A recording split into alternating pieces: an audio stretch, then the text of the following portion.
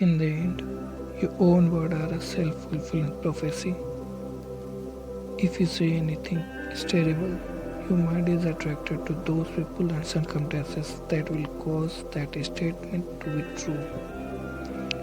If, on the other hand, you repeatedly state that your life is wonderful, your mind will begin to move you in a positive direction.